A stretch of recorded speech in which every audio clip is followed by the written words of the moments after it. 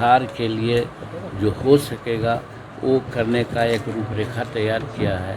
आज इन लोगों को हमने कहा है कि जो आप किया है उसकी सूची दीजिए, हम वेरीफाई करेंगे कि ये काम वहाँ हुआ है कि नहीं, ये पैसा उनको मिला है कि नहीं मिला है। ये लोग को सूची मिलेगी तो हम अपने या अपने कार्यकर्ताओं से जांच करवाएंगे। अगर वो ठीक है तो ठीक है, और नहीं है तो सुधारने का प्रयास करेंगे।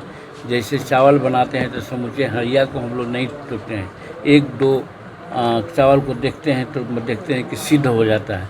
उसी प्रकार से इन लोगों का भी हम करेंगे।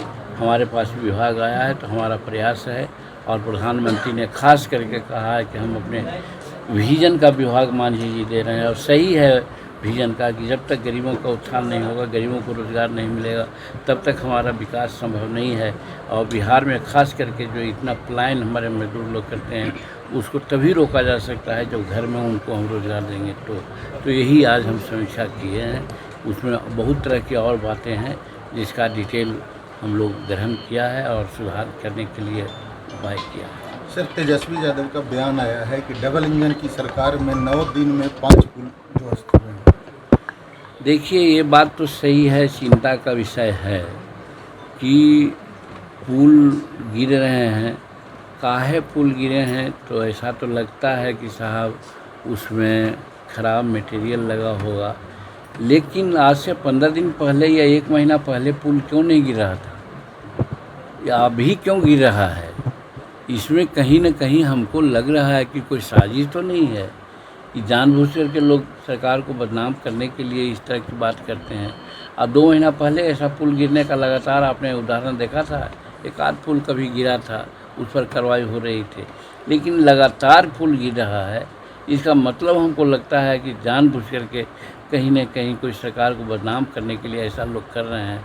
लेकिन सरकार अपने तरफ से जो पुल गिरे हैं उसके ठेकेदार एवं इंजीनियर पर सख्त से सख्त कार्रवाई कर रही है, और आगे ऐसा न हो इसके लिए भी सरकार सचेत है, ऐसा हमको जानकारी है। सर, नीट परीक्षा को लेकर विपक्ष का लगातार हंगामा है संसद में। देखिए, वो ठीक है, संसद में भी इस प्रकार की बात उठी, जनता के सामने बात आ रही है।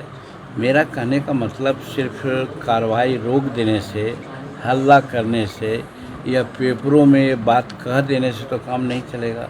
आप देख रहे हैं कि इस पर सुप्रीम कोर्ट भी सख्त है, भारत सरकार भी सख्त है, बिहार सरकार भी सख्त है।